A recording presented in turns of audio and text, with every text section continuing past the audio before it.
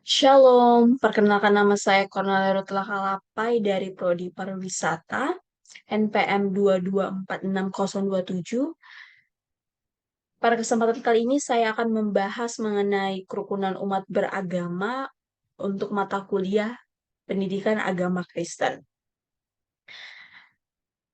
Jadi, kerukunan umat beragama. Di Indonesia kita memiliki banyak sekali suku, em, bahasa bahasa daerah dan juga agama, di mana agama di Indonesia itu yang ditetapkan pemerintah itu eh, Islam, Kristen, Katolik, Hindu, Konghucu, dan Buddha, di mana setiap agama ini memiliki ajaran yang berbeda-beda namun memiliki satu tujuan, yaitu em, berbuat baik terhadap sesama. Jadi, apa sih pengertian kerukunan beragama? Kerukunan beragama adalah keadaan hubungan antara umat beragama yang dilandasi oleh adanya toleransi, saling pengertian, saling menghormati dalam pengamalan ajaran, serta kerjasama dalam kehidupan bermasyarakat.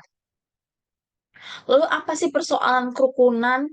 Persoalan kerukunan itu adalah masalah yang harus menjadi prioritas bagi anak bangsa, di mana selama ini tuh terjadi pasang surut akibat adanya gesekan antara pemeluk agama maupun dalam setiap kehidupan sosial yang berhubungan dengan sara, suku, ras, dan agama.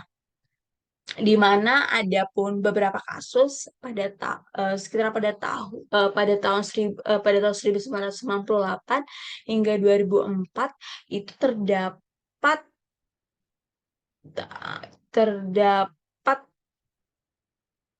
915 kasus diskriminasi, yang dimana itu rata-rata per tahunnya itu sekitaran 150 kasus diskriminasi. Sedangkan untuk kasus kekerasan, kasus pelecehan, dan diskriminasi agama itu sekitaran 483 kasus, di mana itu rata-rata per tahunnya itu sekitaran 210 kasus.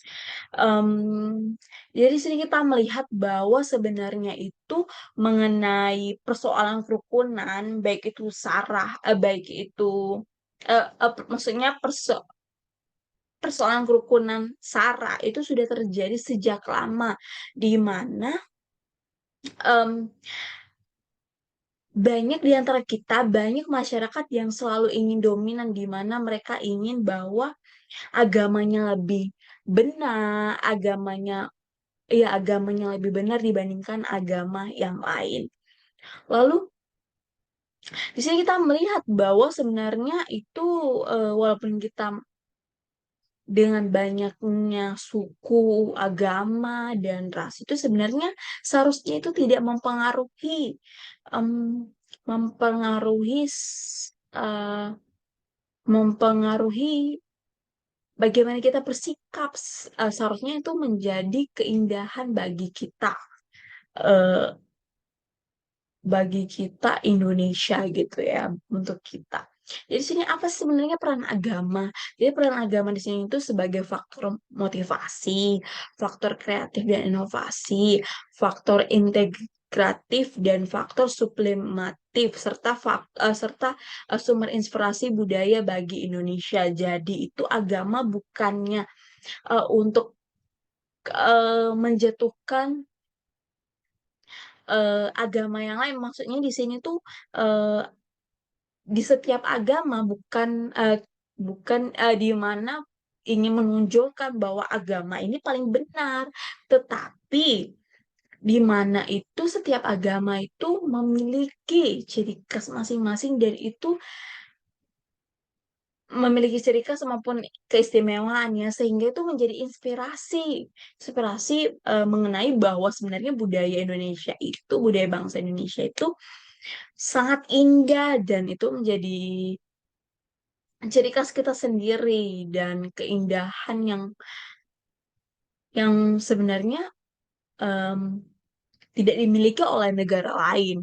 Dan sebenarnya tuh kerukunan beragama dan toleransi beragama, adapun kerukunan beragama dan toleransi beragama di mana itu setiap agama tidak harus menyetujui kepercayaan agama lain dan juga setiap agama itu harus tegas dan teguh pada ajaran kepercayaannya. Di mana itu di sini di mana peran agama itu diajarkan untuk berbuat baik, menghargai agama apapun, dan di sini ya kita tetap em, percaya kepada agama kita, namun kita juga harus menghargai agama serta menghormati agama yang lain.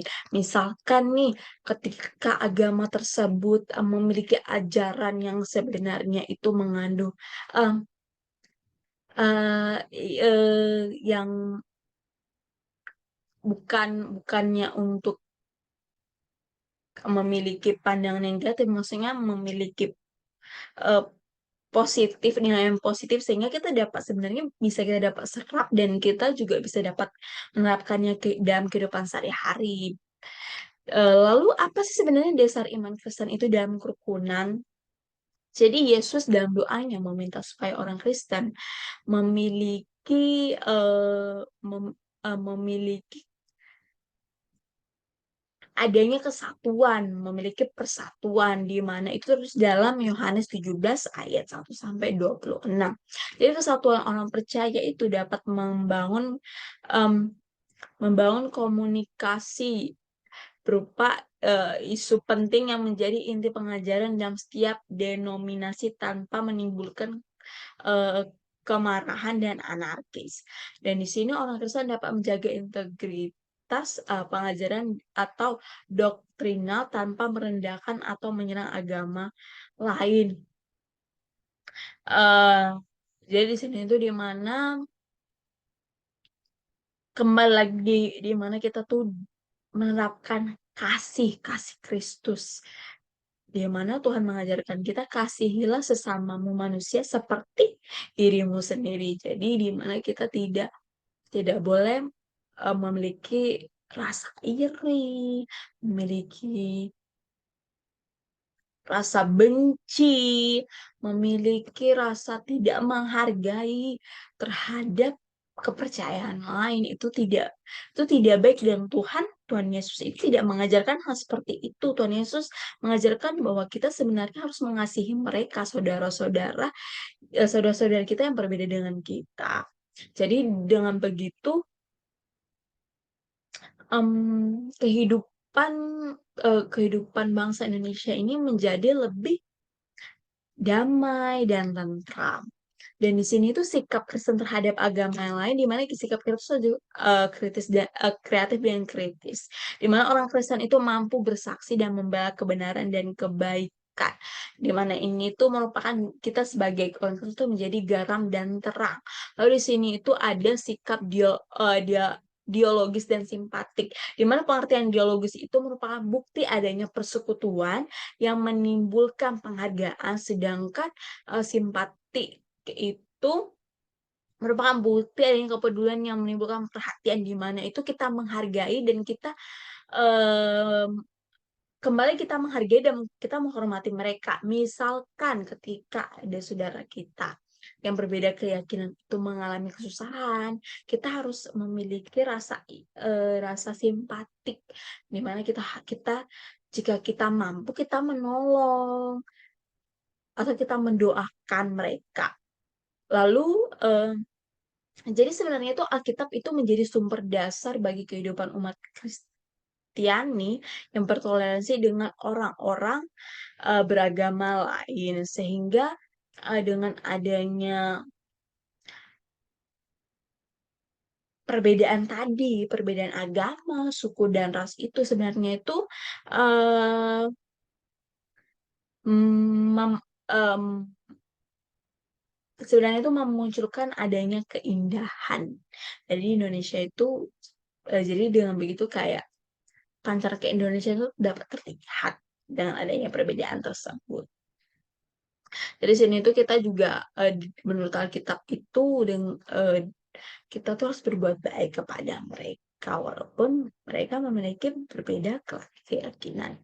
Dan sebenarnya apa sih cara maksudnya bagaimana menjaga kerukunan antar umat beragama? Jadi orang Kristen, kita sebagai Kristen itu harus mencerminkan Kristus yang menjadi dampak yang baik bagi sesama, di mana kerukunan dan toleransi antar umat beragama merupakan ciri khas kita eh, karena kita itu merupakan masyarakat multikultural. Oleh karena itu, kerukunan yang diupayakan harus berisikan semangat kebersamaan dan juga kekeluargaan yang menghargai perbedaan tanpa adanya pemisah-misahan atau perpecahan. Karena kerukunan merupakan syarat utama adanya persatuan. Jadi, sesuai dong dengan semboyan Bhinneka Tunggal Ika. Bhinneka Tunggal Ika berbeda-beda tetapi tetap satu jua di mana itu dengan adanya perbedaan itu membuat keindahan eh,